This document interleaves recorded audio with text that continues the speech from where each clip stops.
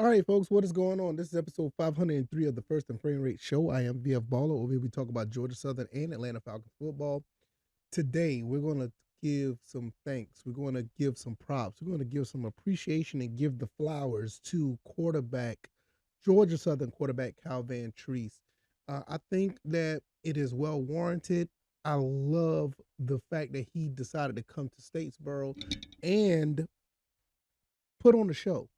He put on a magnificent show throughout the season. There were some ups and downs, but for the most part, this kid balled out. And I want to let him know, let his I think his father know, Mr. Vantrease, who's always on Twitter, and let everyone who knows of this quarterback that this guy has been appreciated and will forever be one of the catalysts in the or the one of the pillars in Georgia Southern football history. There's no denying that.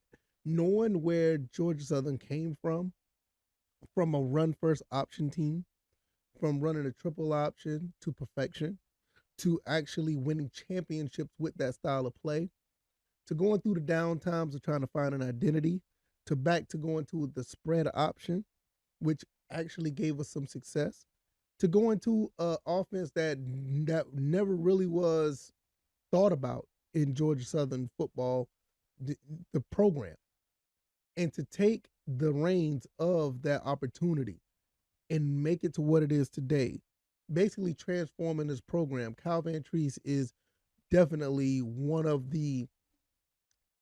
many, one of the handful of people that gave us a new identity at Georgia Southern. So I want to thank him. I want to let him know that he is appreciated not only by me here at First and Frame Rates, or just the fan base in general. I don't know how everyone feels, and I'm not going to sit here and act like I do, but I know a lot of us appreciate what he's done because he's put us on the map to be a more of a dynamic, more exciting. And I'm not saying like the triple option wasn't exciting, because it was, but a more exciting, more modern style offense that's actually bringing a much more attractive audience and attractive players to the program. We're going to talk about Cal Vantrease's stats, and I'm going to give you my thoughts and opinions on the games that he played that were meaningful to me. And I just wanted to let him know that he's appreciated here. So that's going to be awesome. So before I get into that, if this is your first time here, welcome. I can be found on YouTube and Rumble. I'm also on Anchor, Stitcher, Spotify, Apple, and Google Podcasts. I'm also found on Twitter at VF Baller if you want to follow me on Twitter, where I talk about things that don't make it to the show. Also, the Discord, the link is down in the description. I highly recommend you join the Discord. The Discord is phenomenal. A lot of knowledge over there. A lot of guys who are doing their and women that are doing their work as far as giving information out about what's going on with the program and where it's going. I highly recommend it. Go over there and join the Discord. Link is down in the description. Last but not least, this show is sponsored by BetUS. Click that link down in the description. Put down $100 and get 125% bet bonus. You can put bets down on the rest of these NFL games, the playoffs that are coming up, the college football playoffs, those bowl games, NBA, MMA, and even esports, and everything else under that umbrella. Put down some wages. When you put that $100 down, you would get 125% bet book bonus, and you can find your way into doubling and maybe tripling or quadrupling your money. So all that information is down there. Go ahead and check that out. Morgan State. I don't want to talk about the offseason too much. I mean, I talked about last year's offseason a lot, but Morgan State, that game against Morgan State was the game that a lot of people were kind of nervous about. It was pretty nervous, and rightfully so. Didn't know what type of offense we're going to see. I think the first play of the game we had, I can't remember. I think it was a run play, so a lot of people were like, "What's going on here?" But the team ended up exploding, and it all started with the arm of Cal Vantrease. Cal Vantrease winning that game 29-46, 367 yards, 4 touchdowns, 1 interception. Ended up beating that team 59-7. So we looked at that like, okay, we got something here. The first game, Cal Vantrease pulls out, something that we never thought that we was gonna see. 300-yard passing game on a debut. Passing was not our forte, so we were kind of shocked to see that. Going into Nebraska, I already felt confident. I said this from the offseason that I felt like we were going to beat Nebraska. We are going to go up to Nebraska and beat them. And we did. We beat them 45 to 42. It was a phenomenal game. Ended up going 37 to 56, 409 yards, one touchdown, two interceptions. So that game was like, okay, you're a little upside down in the touchdown interception ratio. But hey, you won the game. And if you're looking on the screen, you see the touchdown run that Kyle Vantrease had. It was a phenomenal dive into the end zone. At this point, honestly, I didn't think much of it in the Morgan State game, but in this game, I knew we had a leader at quarterback. I knew of him back at Buffalo. I heard about him before. I didn't know much of him because I didn't watch the games, but I knew of him, and that's when I noticed that we had a leader. The game against UAB 35-21, this is a game I thought we were going to lose. I really thought it was going to lose. And Kyle Vantrease came in, played fairly well. This is the only game that he was under 50% passing. He was 24 of 50, 204 yards, one touchdown, three interceptions. That game kind of got ugly because the running game of UAB was actually pretty good. We weren't able to move the ball very well, and they controlled the clock. So he ended up winning that game, and it was kind of expected. Double back once again, we played against Ball State, 310 yards that he threw for 26 to 39. And you look at a lot of these games where the phenomenal plays that was done with the Derwin Burgess of the world, like we go back to the Morgan State game, the one-handed catch, and a couple other games that Derwin Burgess done a phenomenal job. Jeremy Singleton and wasn't Amari Jones. You also had a situation with Sam Kennerson had a pretty good game, but the Nebraska game, that's when he tore his knee up and he was out for the season. Can't wait for him to come back.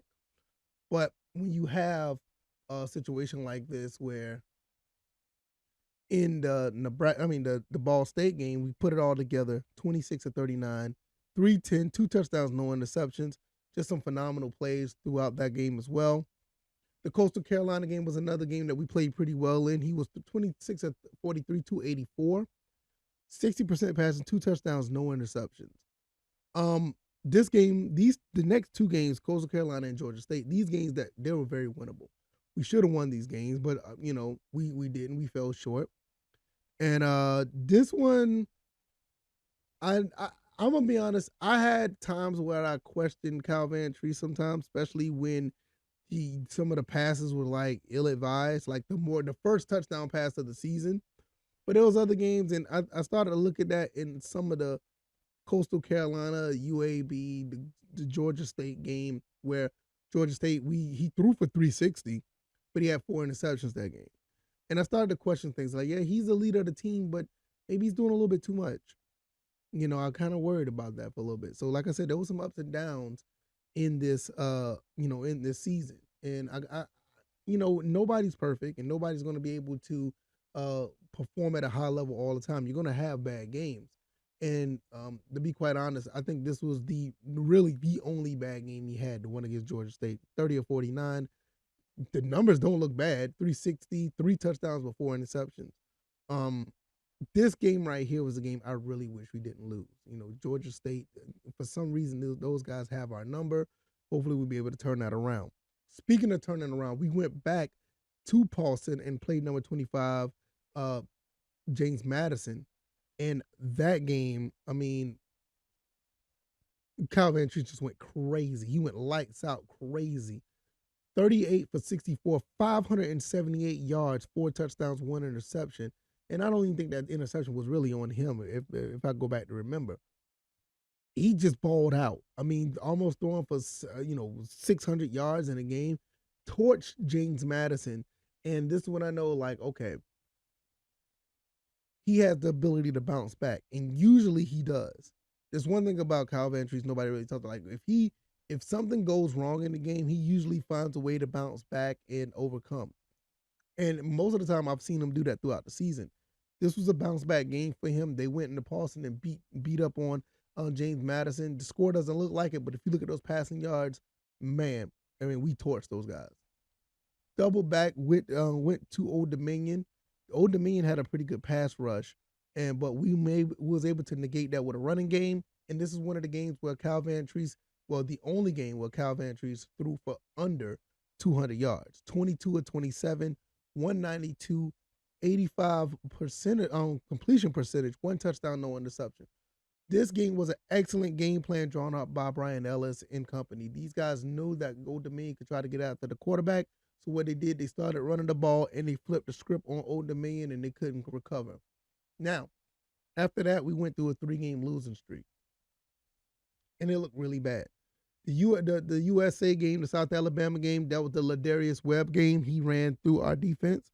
We ended up losing that game 38-31, though. So you got to understand, like, even with all of that, we only lost by a touchdown. When you look at the Georgia State game, we turned the ball over 5 times, including the 4 interceptions and a fumble, and we only lost by 8. We were literally one stop away of beating Coastal Carolina. So all of these games that we're losing, and honestly, outside of the UAB game, I think we was overwhelmed by UAB. But outside of the UAB game, all of these games were very winnable at that point. The Louisiana game, I'll get to that in a second. Even though that Ladarius Webb ran through our team pretty well, Cal Vantrease threw for 278, 26 to 45, 278, 2 touchdowns, 1 interception. The UL game, the Louisiana game, that game just got away from us like quickly. I did say the UAB game was the game that got away from us, and we was overwhelmed. I will admit that the UL game was actually another one that got away from us. Cal Vantrease played pretty good in that game, 28 of 49, 325, 1 touchdown, no interception. The Marshall game is the game that I attended, and that game just didn't look too good. That game just looked really flat. It looked nobody really wanted to play. I don't know what was going on. I don't know if it was it because what it was. I don't know what it was. I just don't know. But this was the only game that Cal Vantrease was sacked more than once. He went 22 of 39, 205 yards, 1 touchdown, 1 interception. So after the 3-game losing streak, everybody thought that we were just going to be, at 5-6. We was going to end up being 5-7. Don't get in a bowl game, and then we play Appalachian State. Appalachian State is our foe, is our main rival. I don't care what Georgia State says. And, Georgia State can have fun. They have a winning percentage against us. That's on the plus side. They have every right to gloat. But they have to understand, we take it as a rivalry, but they're not our main rival. Appalachian State has been our main rival for decades. And with that being said, we went into Paulson. They came to Paulson, and if they were looking for a fight, they got one. 51 to 48 in double overtime. Cal Vantrease, 35 of 52, 389, 3 touchdowns, 1 interception. The game-winning touchdown to Ezra Archie is one of the biggest moments that I can remember in football history. I sat right over here and watched it on my TV. I watched it. I had a reaction video on Twitter, and I was so happy that we beat Appalachian State. It put icing on the cake for the regular season. Beating your foe the way that we beat them in dramatic fashion to go to a bowl game, you couldn't ask for better than that. That was a phenomenal way to end the season. So that with that alone, if everything ended right there, it would have been great. Now, don't get me wrong, us going to a bowl game was able to represent our school at the Camellia Bowl once again. It was awesome. And we end up going up against Cal Vantrease's former team, which is the Buffalo Bulls. This game here, this was probably one of the most disappointing games that I've seen. I know you talked about the loss to UAB, the loss to Coastal Carolina. You can even look at the other losses that we had. The only problem I have with this game, and it's not on Cal Vantrease, is just that the offense themselves never got into a rhythm. And I know people want to say it starts with the quarterback. When the quarterback throws for 28 for 45, 352 yards, and a touchdown, 2 touchdowns and an interception. The interception was not what we needed, but I will say this. We needed to get into the end zone those first 2 times in the red zone. That's basically what it was. We ended up losing by 2 points, but those 6 points that we got off field goals should have been 14. And that was kind of, disappointing to see. But nevertheless, Kyle Vantrease played another pretty good game. He played another pretty good game. He did fairly well. And you can't ask for more than that from your quarterback for throwing for over 300 yards. So it kind of sucks because when you think you throw for over 300 yards, you think you're going to put up more than 21 points. But that's the way the season ended. And I don't want to get into the season as a whole. This is a Kyle Vantrease episode. And once again, I want to thank him. Thank you for putting up 4,253 yards, throwing for 27 touchdowns, 16 interceptions overall. Longest pass of the season was 79 yards, and a total quarterback rating of 130. I mean, you can't really ask for more than that. QBR 64, completion percentage of over 60%. I would like to see the interceptions come down a little bit, but overall, I'm really, really thankful for this kid coming to our school and being a leader, being being the quarterback that, to be honest, I thought we would never have. I never thought we'd have a quarterback like this at Georgia Southern. I know the Jabo Shaws of the world, that was good to see him playing for Georgia Southern, but Kyle Vantrease was slightly, if not definitely, on another level. And you just can't ask for more than that. Now, where does Georgia Southern go from here? I may make another video on that because I did put out a episode about what's next for Georgia Southern, but the quarterback position is going to be it's going to be a debate for content. It's going to be a pretty good debate because in my Discord right now, you have people now saying that they want another transfer to come in, and I'm not necessarily against it. I'm not. I mean, if for all intents and purposes, we may need another quarterback to come in from another school. But this is my personal opinion. It'd be great if it happens, but right now, because I don't know what it is, and this is subject to change because January is usually when you get transfers in. I'm putting my money on Colton Fitzgerald right now. It's something about that kid that I like. I think he can be a pretty decent quarterback in this offense. It seems like he was able to sit here and learn behind Kyle Vantrease. And I think if we do go in to another season, go into the next season with him being quarterback one, I'll be okay with that. Now, I know it may not be popular. I know that there's some people that feel differently or whatever the case may be, and that's fine. That's what it's for. I'm not right. You're not right. You're not wrong. I'm not wrong. It's just that the way some, people feel about certain things. I feel okay if we get a transfer to come in. I'm okay with that.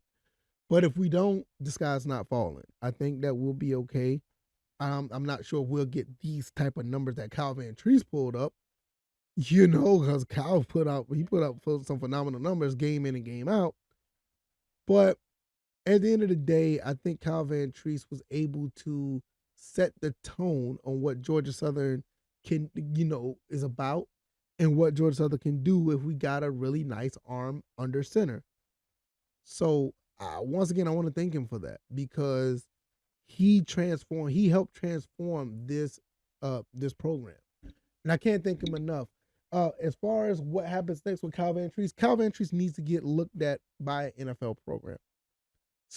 I'm not saying he needs to be drafted or whatever the case may be. I would love to see him get drafted because the quarterback position in this upcoming draft looks kind of thin. I would love to see him get drafted, but somebody in the NFL needs to look at him. I think he has some tools to be successful at the NFL level. There's some things that needs to be fixed up a little bit. I know he tried to force the ball a little bit. He's a true gunslinger. He likes to throw the ball. If he just tightens that up just a little bit, I think he'll be fine. I think he'll be a great asset to an NFL team, especially in a passing league like this. Give him some protection, give him some time. He will make the right reads on a lot of these plays that are put out here for receivers or put out for him.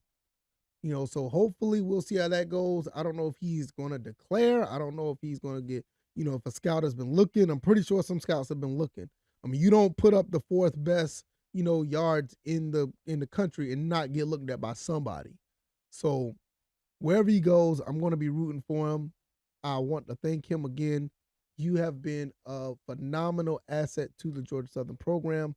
Can't thank you enough. And wherever you go, trust and believe we're going to be following you no matter what. So if you like this commentary, hit the like button, share this podcast, subscribe to the channel if you haven't already. Let me know what you guys think about Cal Vantrease. Do you think he's done a phenomenal job for Georgia Southern? Would you like it if you'd have done a little bit more? Are there some things about the season that you loved? Are there some things that you didn't like? Let me know if you're on YouTube or Rumble in the comment section, or let me know on Twitter. I can be found at VF Baller.